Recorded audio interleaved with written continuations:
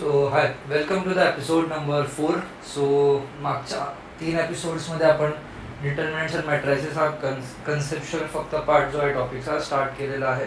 ह्याच्यामध्ये आपण बघितलं की डिटर्मिनंट्स काय नाही, जेव्हा तुमच्याकडे 4, 9, 16 असे नंबर्स असतील तर यांना आपण जेव्हा आपण 2 लाईन्सच्या मध्ये रोज आणि कॉलम्सच्या फॉर्ममध्ये अरेंज करतो आणि त्याला सॉल्व करून आपल्याला एक जेव्हा व्हॅल्यू मिळते त्या व्हॅल्यूला आपण काय म्हणतो, ABCD. जी व्हॅल्यू काय असते AD - BC, या व्हॅल्यूला आपण म्हणतो डिटर्मिनंट. ठीक आहे. मग आता ह्याच्यानंतर आपण बघितलं की डिटर्मिनंट्सच्या काही प्रॉपर्टीज बघितल्या. बाबा समजा माझ्या 2 रोज डिटर्मिनंट्सच्या सेम असेल तर त्याची व्हॅल्यू 0 असते. समजा मी रोज आणि कॉलम्सला इंटरचेंज केलं तर व्हॅल्यू इंटरचेंज होत नाही. त्याच्यानंतर समजा मी दोन रोजला एक सोबत इंटरचेंज केला दोघांसोबत, तर 2 कॉलम्सला केलं तर त्यांची जी काय व्हॅल्यू असेल त्याची साईन फक्त चेंज होते. त्यानंतर मी कुठल्याही एका रोला किंवा एका कॉलममधल्या सगळ्या एलिमेंट्सला समजा एका स्केलार केनी मल्टिप्लाय केलं तर डिटर्मिनंटची जी व्हॅल्यू होते ती सुद्धा के टाइम्स होते. या सगळ्या काही गोष्टी आपण बघितल्या. आता मॅट्रायसिस काय आहे तर हे बघूया. तर मॅट्रायसिस काही नाही, MN नंबर्सची arrangement of MN numbers in M rows and N columns. आता ह्याच्यामध्ये जसं आपण डिटर्मिनंट्समध्ये बघितलं की बाबा 2 रो आणि 2 कॉलम हे जेव्हा माझ्याकडे आहेत तर 2 × 2 काय होतं, 4 एलिमेंट्स होतात. आणि तसंच समजा एमची व्हॅल्यू 2 आहे आणि एनची व्हॅल्यू 2 आहे, मला माहिती आहे की 4 एलिमेंट्स येतात. देअरफॉर MN नंबर्स म्हणजेच काय, समजा मी म्हणलं आई हैव अ मैट्राइसिस जिसमें 3 रोज है. ओके, 1 2 3 और 2 कॉलम्स, 3 कॉलम्स है, 3 रोज है, 3 कॉलम्स है, 9 एलिमेंट्स है, 3 × 3. अगर मैं कहूँ कि मेरे पास ऐसा मैट्राइसिस है जिसमें सिर्फ 3 रोज है, मतलब M की वैल्यू क्या हो गई 3, और कितने कॉलम्स है, 2 कॉलम्स है, तो M × N क्या हो गए 6. तो मेरे पास टोटल कितने 6 एलिमेंट्स हो गए उस मैट्राइसिस के अंदर के. तो मैट्राइसिस क्या है कि MN नंबर्स का अरेंजमेंट करना है इन M number of rows and N number of columns. ठीक है.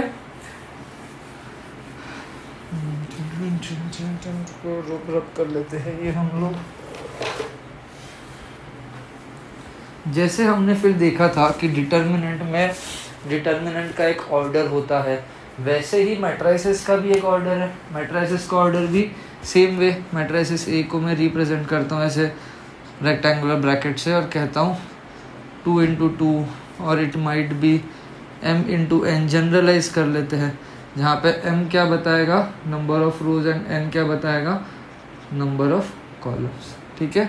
ये जनरल नोटेशन होता है. जैसे ही ऑर्डर डिटर्मिनेंट को होती है वैसे ही हमें ऑर्डर मैट्राइसिस में होती है. अभी ये यहाँ पे एक चीज़ जान लो कि डिटर्मिनेंट में हमेशा in determinant M will be equal to N.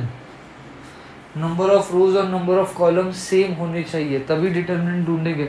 हमने 2 ऐसा वाले का डिटर्मिनेंट का वैल्यू ढूंढा है, हमने ऐसे कुछ जो भी रहते हैं उनके वैल्यू ढूंढे. यहाँ पे देखो हमने क्या हुआ, 3 रोज 3 कॉलम. मैंने आपको कभी भी और आपको कहीं पे भी मिलेगा नहीं ये कि इस डिटर्मिनेंट की वैल्यू ढूंढ के बता भाई या बहन, इसकी वैल्यू बताओ. इसकी वैल्यू ढूंढ ही नहीं सकते, क्योंकि ये डिटर्मिनेंट कब काम होता है, डिटर्मिनेंट किसका निकलेगा, जब तुम्हारे number of rows and number of columns same होते हैं. तो ये याद करना कि डिफरेंस में ये है कि मैट्राइसिस, मेजर डिफरेंस तो ये है कि मैट्राइसिस एक नंबर्स का अरेंजमेंट है एंड डिटर्मिनेंट एक वैल्यू मिलती है, राइट. तो उसको सॉल्व करके वो एक अरेंजमेंट ही है डिटर्मिनेंट, जिससे हम एक वैल्यू एक्सट्रैक्ट करते हैं. मैट्राइसिस इज समथिंग जो अरेंजमेंट देता है हमें. तो हम नॉर्मल अरेंजमेंट में अगर मुझे चाहिए तो मैं उसका कितने भी रोज और कितने भी कॉलम्स रख सकता हूँ, मुझे कोई इशू नहीं है. बट अगर मुझे डिटर्मिनेंट केस जो चाहिए उसका, तो मुझे इतना देखना पड़ेगा कि मेरे नंबर ऑफ रोज और नंबर ऑफ कॉलम्स सेम होने चाहिए. वैसे टाइप का उसको एक पर्टिकुलर टाइप का मैट्राइसिस बोलते हैं, ये हम आगे देखेंगे टाइप ऑफ मैट्राइसिस में. ठीक है. बट फिलहाल के लिए मैट्राइसिस क्या है, matrices is nothing but M N numbers का, एम एन नंबर्स का M rows and N column में अरेंजमेंट। सिंपल है, कोई दिक्कत नहीं। वैसे ही हर एक मैट्रिसेस को या हर एक मैट्रिक्स को उसका एक ऑर्डर होता है। क्या होता है उसका? ऑर्डर होता है।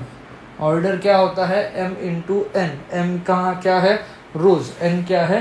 कॉलम्स। ओके, अगर मैं कहूँ एक मैट्रिक्स है जिसकी ऑर्डर है 2 इंटू 3, मतलब में इससे क्या समझ में आता है? मुझे इसमें से समझ में आता है कि भाई इसमें 2 रोज है और 3 कॉलम्स है। अगर मैं कहूँ C एक मेरा मैट्रिक्स है जिसका ऑर्डर 1 इंटू 3 है, मतलब इसमें एक ही रो है और 3 कॉलम्स है। अगर मैं कहूँ D मेरा एक मैट्रिक्स है जिसका ऑर्डर 4 इंटू 2 है, मतलब जिसमें 4 रोज है और 2 ही कॉलम्स है। ऐसे जब मिलेगा तब इसे क्या कहेंगे हम लोग? 4 इंटू 2, 1 इंटू 3, 2 इंटू 3, ये सब इसके लिए क्या हो गए? इसके लिए हो गए ऑर्डर ऑफ द डिटरमिनेंट। ठीक है, फिर इसको सॉल्व कैसे करना है, इस पे क्या ऑपरेशंस होते हैं वो हम आगे देखेंगे। बट फिलहाल के लिए जस्ट मैट्रिसेस क्या होता है ये समझ लो। अरेंजमेंट है एम एन नंबर्स की, M rows and N number of columns. ठीक है, आगे बढ़ते हैं। जिसको चाहिए ये लिख लो, नोट कर लो अपने भाषा में।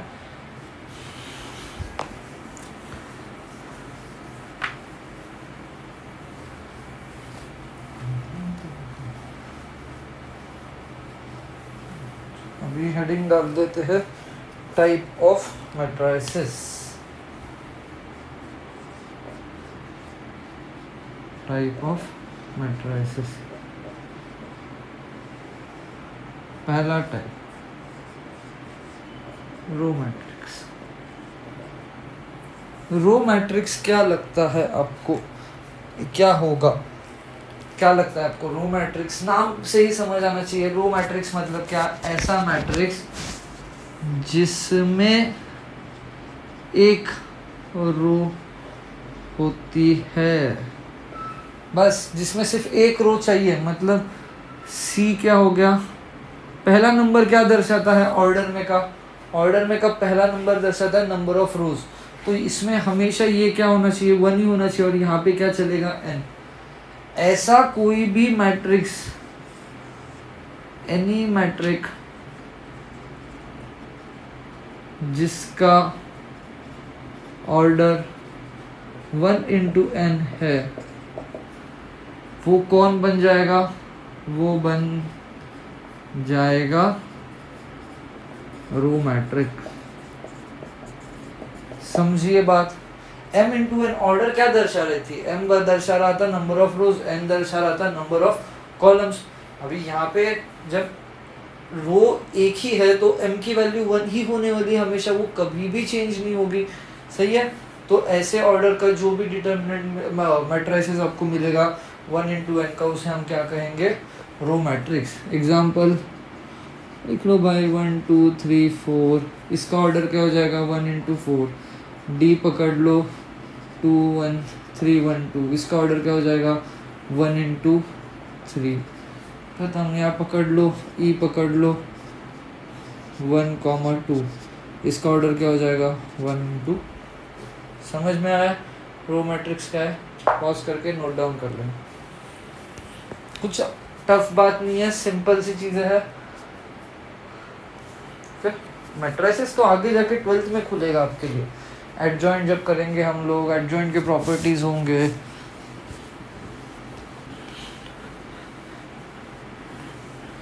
अभी रो हो गया। अब नेक्स्ट क्या लगता है आपको, कौन सा टाइप होगा? Very common sense. नेक्स्ट क्या बनेगा? Column matrix. एक रो मैट्रिक्स हो गया, एक कॉलम मैट्रिक्स। इसका क्या होगा? जिसका ऑर्डर m इंटू 1 होगा वो कॉलम मैट्रिक्स बनेगा। मतलब क्या? जिसमें सिर्फ एक ही कॉलम हो, एक ही कॉलम हो। मतलब ऑर्डर में का जो मेरा दूसरा पार्ट था m इंटू n, जो n क्या दर्शा रहा था? वो दर्शा रहा था नंबर ऑफ कॉलम्स। अगर एक ही कॉलम है तो n की वैल्यू हमेशा 1 होगी, और नंबर ऑफ रोज कितने भी चलेंगे मुझे, तो कैसे होगा इसका एग्जांपल देखो, d 1 2 3, ए कहता हूँ 4 5 4 6, इसमें रोज 1 2 3 रोज है, कॉलम एक ही है, इसमें रोज 1 2 3 4 है, कॉलम एक ही है, इसका ऑर्डर क्या हो जाएगा 3 into 1, इसका क्या हो जाएगा 4 into 1, मतलब n की वैल्यू क्या है 1 ही आ रही है हमेशा, तो ऐसे वालों को हम क्या कहेंगे कॉलम मैट्रिक्स। ठीक है, नोट डाउन कर लो।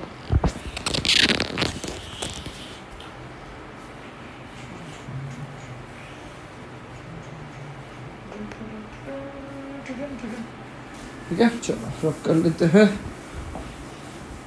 हेडिंग डाल दो। उसके बाद तीसरा टाइप ऑफ मैट्रिक्स जो मेरा बनेगा, क्या बनेगा मेरा बनेगा स्क्वायर मैट्रिक्स। स्क्वायर मैट्रिक्स क्या होता है? स्क्वायर मैट्रिक्स होता है, देख स्क्वायर में क्या होता है, सारे साइड सेम होते हैं, बराबर। स्क्वायर इज व्हाट, जिसमें 4 साइड्स हो, चारों के चारों साइड सेम हो। सेम होना, इसमें क्या दो अलग चीज़ें हैं, कॉलम और रोज। जब कॉलम और रोज सेम हो जाए तब क्या होगा square matrix, when number of rows are equal to number of column, it is a square matrix. M is equal to n, order is m into n, और खत्म। कोई भी अगर स्क्वायर मैट्रिक्स है ए जिसका ऑर्डर 2 रो 2 कॉलम है 2 into 2 लिखता हूँ, या मैं जिसका 3 रोज 3 कॉलम है 3 into 3 लिखता हूँ, खत्म। ये हो गया मेरा स्क्वायर मैट्रिक्स। इसमें क्या आ जाएगा 1 2 3 4, यहाँ पे भर दो कुछ 1 2 3 4 5 6 7 8 9। इतना ही है कि नंबर ऑफ रोज और नंबर ऑफ कॉलम्स सेम होने चाहिए, ये सेम हो गए तो वो क्या बनेगा स्क्वायर मैट्रिक्स। अभी यहाँ पे ध्यान दो, डिटर्मिनेंट किसका ढूंढते थे हम लोग, स्क्वायर मैट्रिक्स को। So if you need to find the determinant you need to have a square matrix, उसके अलावा आप नहीं ढूंढ सकोगे। तो डिटर्मिनेंट किसका ढूंढोगे, स्क्वायर मैट्रिक्स का ही ढूंढोगे। ठीक है, m into n सेम होना चाहिए, m is equal to n होना चाहिए, इसलिए ऑर्डर m into m हो जाएगा या n into n हो जाएगा। ठीक है, ये हो गया आपका स्क्वायर मैट्रिक्स, लिख लो।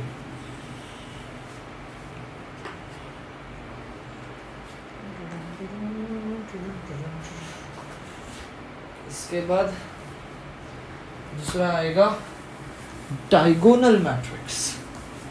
डायगोनल मैट्रिक्स क्या होगा, डायगोनल मैट्रिक्स हमारा क्या होगा diagonal matrix.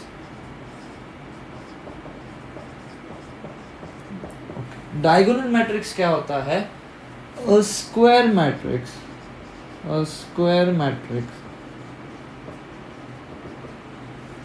whose non-diagonal elements are 0। मतलब अगर A ऐसा एक मैट्रिक्स है 1 2 0 0, B है स्क्वायर मैट्रिक्स है, मतलब number of rows will be equal to number of columns. जब ऐसा कोई भी मैट्रिक्स मिले जिसके, अब ये देखो इसका डायगोनल क्या हो गया, ये हो गया, बी वाले का डायगोनल क्या हो गया, ये हो गया सारे। सो ये एलिमेंट्स छोड़ के बाकी सारे एलिमेंट्स अगर 0 रहे और वो स्क्वायर मैट्रिक्स रहा, ऑब्वियसली डायगोनल तुम्हें सिर्फ स्क्वायर मैट्रिक्स में मिलेगा। अगर मैं तुम्हें बोलूँ यार 3 into 2 का मैट्रिक्स है, मतलब 3 रोज और 2 कॉलम्स है, इसमें कहाँ डायगोनल ढूंढोगे बताओ। डायगोनल वही बनेगा जहाँ पे तुम्हारा स्क्वायर है, तो स्क्वायर मैट्रिक्स है तो डेफिनेशन ऐसी हो गई, अ square matrix whose non-diagonal elements are 0 is called what, a diagonal matrix। ठीक है, लिख लो ये। अभी इसमें एक बता दो कि डायगोनल मैट्रिक्स का वैल्यू कितना हो जाएगा, it will be directly nothing but product of its diagonal elements. यही हमने प्रॉपर्टी डिटरमिनेंट में देखी थी। ठीक है, पॉज करके नोट डाउन कर लो।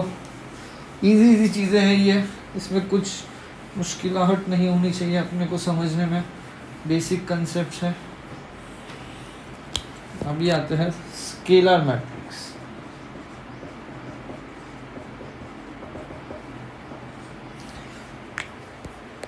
ओके, स्केलर पे आने के पहले एक सवाल है मेरा, कमेंट में मेरे को आंसर बताओ। Can a square matrix be a diagonal matrix? और नहीं, yeah, it can be.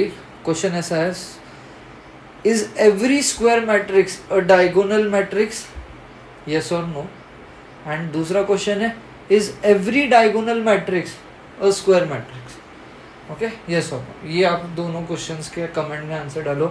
Comment में डालने वाले हो तो फिर ऐसे लिखो, sir square matrix and diagonal matrix का आंसर। क्वेश्चन नंबर 1 रखते हैं ये हम लोग कमेंट्स के लिए। क्वेश्चन नंबर 1 क्या है? क्या मेरा क्वेश्चन नंबर 1 में दो है, एक ट्रू और फॉल्स और दूसरा भी दो स्टेटमेंट्स है, कोई ए और बी। स्टेटमेंट ए क्या कहता है? इज एवरी स्क्वायर मैट्रिक्स और डायगोनल मैट्रिक्स, ट्रू और फॉल्स। एंड उसमें का स्टेटमेंट बी है, is every diagonal matrix a square matrix. ठीक है, ट्रू और फॉल्स वो बता देना। ठीक है, तब तक हम लोग बताए स्केलर पे। स्केलर मैट्रिक्स क्या कहता है? और डायगोनल मैट्रिक्स whose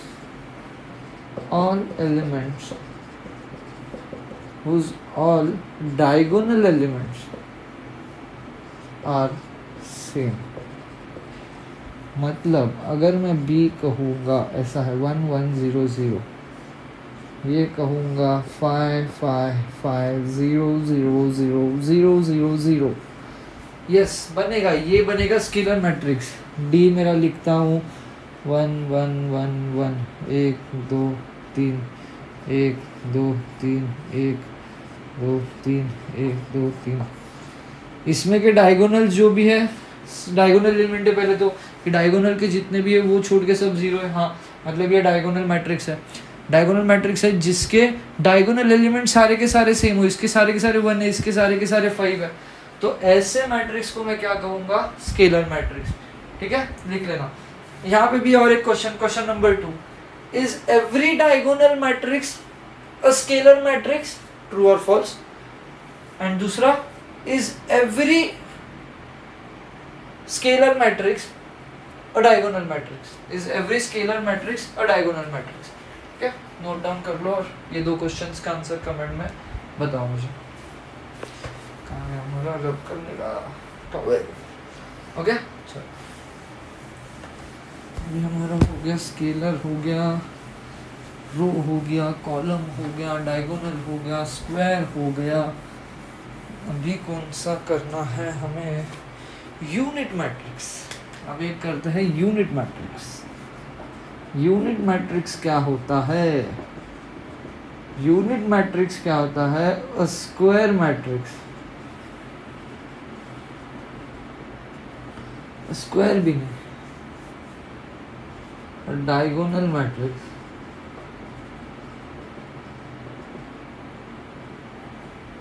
या ऐसे भी कह सकते हैं scalar matrix, whose all diagonal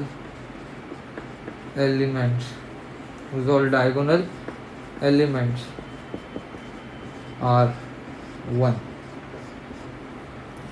मतलब 1 1 0 0 B बन गया 1 1 0 0 0 0 0। ये नहीं चलेगा 1 1 3 0 0 0 0 0 0। ये हालांकि डायगोनल मैट्रिक्स है, स्केलर नहीं है।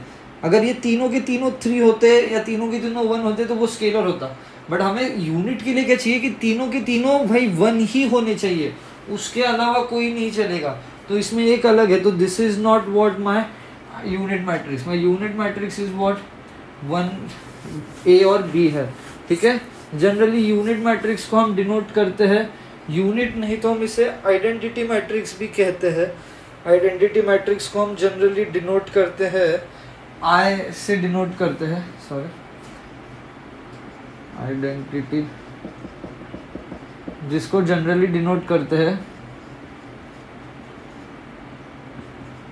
डिनोट करेंगे आई एन से।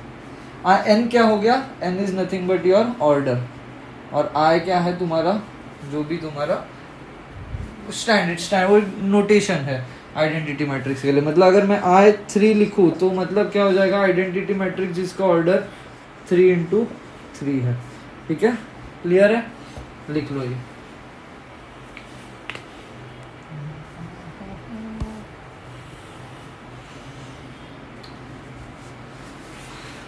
पॉज करके नोट डाउन कर देना। ज़्यादा बड़े बड़े वीडियोस नहीं बनाएंगे हम, बस 20-20 मिनट के रहेंगे। देखो ऑलरेडी 21 मिनट हो गए हमारा, और 2 टाइप्स के हमें बस मैट्रिक्स देखना है, उसके बाद ये एपिसोड हम ख़त्म करेंगे। दूसरा कंसेप्ट, दूसरे ज़्यादा कंसेप्ट एक साथ पढ़ोगे ना तो दिमाग को आपका ये होगा, बट धीरे धीरे ना हमें आदत डालनी है कि मल्टीपल कंसेप्ट हम एक साथ कर पाए। वो पेस डेवलप होना चाहिए धीरे धीरे, ऐसा नहीं है कि चलो अभी तुम्हारा if you are actually planning for JEE and NEET के लिए प्रिपेयर कर रहे हो ना, you have to be serious from day-1। day 0 भी नहीं होता उसमें, day-1 होता है। But when you are doing for CET और बोर्ड्स ना, okay, even if you are in 11th standard, आप आए हो 3-4 महीने गए हैं ऑलरेडी, एंड अभी आपको थोड़ा सा रियलाइज़ हो रहा है कि यार सिलेबस कितना वास्ट है। 10th स्टैंडर्ड का सिलेबस बहुत थोड़ा था, वैसे 11th स्टैंडर्ड का 12th स्टैंडर्ड का नहीं है। कोई नहीं, अभी भी टाइम है, अभी से स्ट्रैटेजी बनाओ, प्लान बनाओ, और उसके हिसाब से पढ़ाई करोगे तो फॉर श्योर मिलेगा आपको मार्क्स, ठीक है। या देखो जितने सम ज़्यादा सॉल्व करता है ना इंसान, कंसेप्ट एक बार समझ लिया वीडियो से, उसके बाद जितना खुद बैठोगे, खुद क्वेश्चन सॉल्व करोगे, उतने अच्छे मार्क्स आएंगे। सिंपल सी कैलकुलेशन, ठीक है। लिख लो एक क्या हो गया अभी हमारा, आइडेंटिटी हो गया। आगे वाला लिख लो नल मैट्रिक्स। नल मैट्रिक्स क्या है, when all the elements are 0, तब क्या होता है वो नल मैट्रिक्स। 0,000 या B पकड़ लो, 0,0,0,0,0 ऐसा मैट्रिक्स जिसके सारे के सारे एलिमेंट्स 0 होंगे, उसे हम क्या कहेंगे, नल मैट्रिक्स कहेंगे, ठीक है। लिख लो।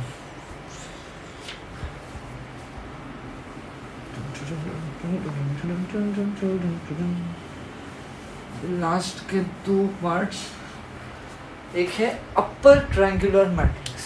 अपर ट्रायंगुलर मैट्रिक्स क्या कह दिया सर आपने, अपर ट्रायंगुलर मैट्रिक्स, ओके। ऐसा मैट्रिक, स्क्वायर मैट्रिक्स, देखो डेफिनेशन देखो, a square matrix whose all the elements below the main diagonal are 0। मतलब स्क्वायर मैट्रिक्स ए लेता हूँ, 3×3 का स्क्वायर मैट्रिक्स, उसके डायगोनल एलिमेंट्स निकाल देता हूँ 1 2 3। अभी क्या कहा है, square matrix whose all the elements below the main diagonal are 0, मतलब ये सारे 0 होने चाहिए और ये कुछ भी हो वैल्यूज। जब ऐसा हो तब मैं क्या कहूँगा, अपर ट्रायंगुलर मैट्रिक्स। ऊपर का हिस्सा भरा हुआ है मतलब अपर ट्रायंगुलर। अभी वही मैं तुम्हें बताऊंगा लोअर ट्रायंगुलर मैट्रिक्स क्या होगा, ये आप बताओ मुझे। लोअर ट्रायंगुलर मैट्रिक्स क्या होगा भाई, ऐसा मैट्रिक्स जिसके मेन डायगोनल के ऊपर के पार्ट्स सारे 0 होंगे और नीचे के पार्ट्स भरे होंगे, उसे मैं क्या कहूँगा, लोअर ट्रायंगुलर। ऊपर वाले हिस्से में नंबर्स है इसलिए अपर ट्रायंगुलर, नीचे वाले हिस्से में नंबर्स है इसलिए लोअर ट्रायंगुलर। और याद रखना है अपर ट्रायंगुलर क्या है, square matrix. Square matrix whose all element below the main diagonals are 0 is what? Upper triangulars. Lower triangular का definition क्या बनेगा? A square matrix whose all the element above the main diagonal are 0. ये बन गया आपका lower triangular and upper triangular matrix. ठीक है, लिख लो ये, पॉज करके लिख लेना.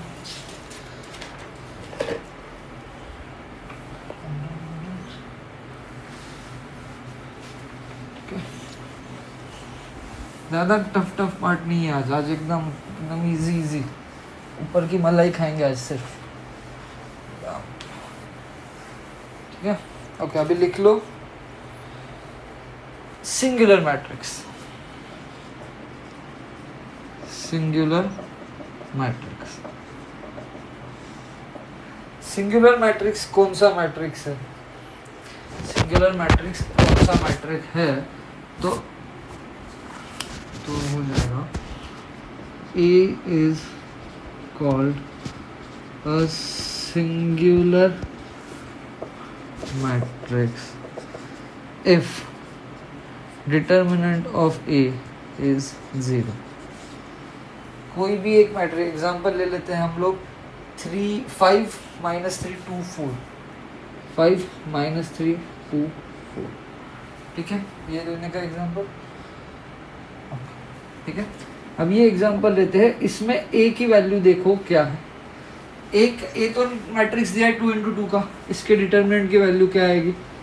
20 + 6, that is 26, which is not equal to 0. Therefore A is non singular matrix.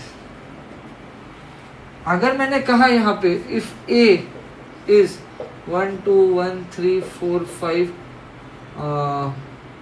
3 6 3, इसका वैल्यू चेक करो, 0 आएगा.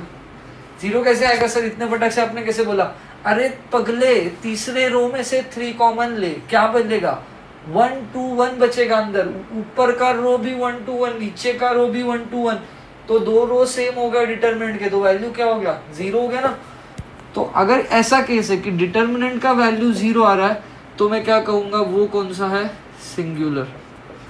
अगर इसको कंफ्यूजन ना हो, इसको बी कंसिडर करते हैं, आपको थोड़ा सा बेटर होगा. बी का वैल्यू नॉन 0 आ रहा है 26, तो बी क्या बन गया? Non singular. अगर डिटर्मिनेंट का वैल्यू कोई भी ए ले लो जिसका 0 आया, तो वो क्या बन जाएगा? Singular matrix. सिंपल है. Singular matrix, non singular matrix. Singular matrix क्या? जिसका डिटरमिनेंट आए 0. नॉन सिंगुलर क्या? जिसका डिटरमिनेंट कोई भी नंबर आए which is not equal to 0. ठीक है, ओके. उसके बाद कौन सा बचा है अपने पास? हमें देखना है. सिंगुलर हो गया, नॉन सिंगुलर हो गया. Okay, symmetric matrix. Symmetric matrix, symmetry चाहिए. सिंगुलर नोट डाउन कर लो. सिंपल है. सिंगुलर क्या है? ऐसा कोई भी मैट्रिक्स जिसका डिटरमिनेंट का वैल्यू आएगा 0, वो हो गया सिंगुलर. अगर 0 नहीं आया तो नॉन सिंगुलर.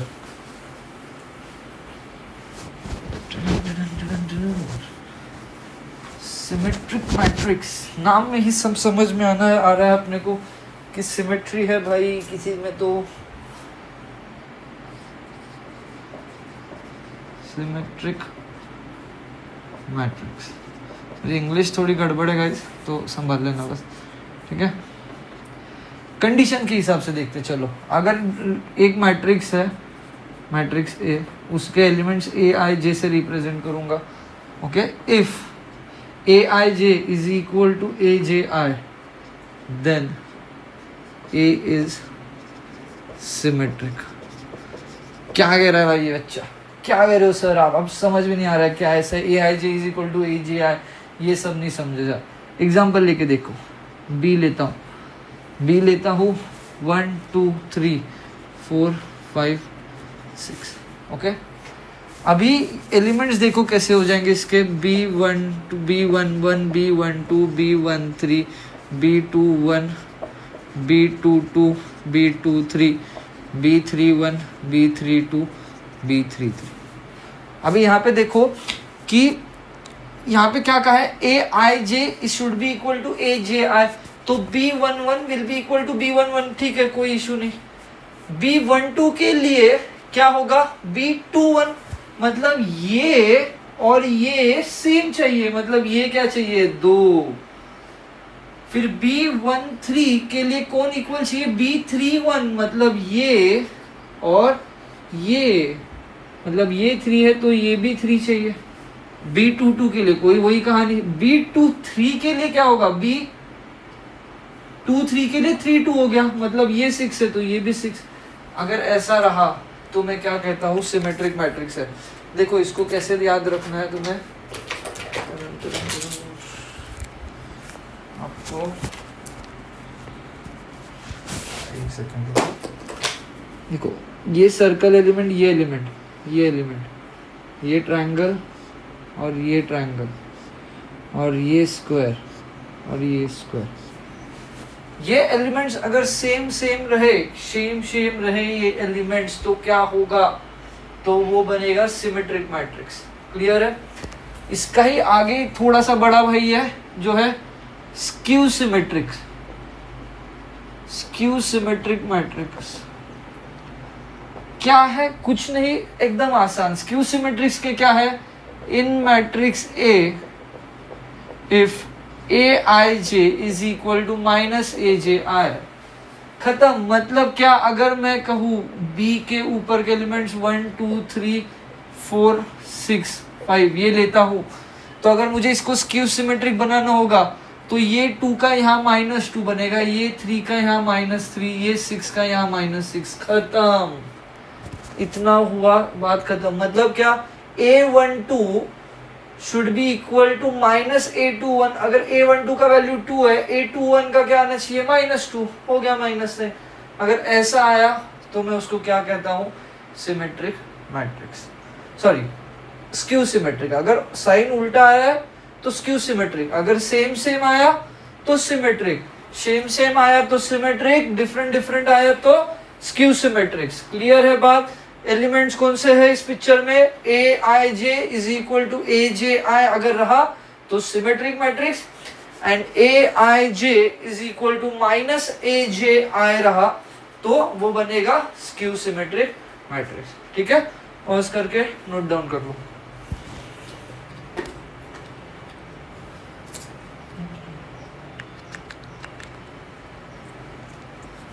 ठीक है, इसके बाद एक लास्ट टाइप, फिर ख़त्म करेंगे।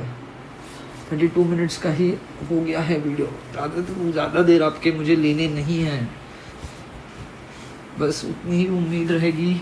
बना रहे हैं, देखो, पढ़ोगे, लिखोगे, बनोगे नवाब, खेलोगे कूदोगे तभी बनोगे नवाब, बट उसके लिए कोई भी चीज़ करो, मेहनत करो।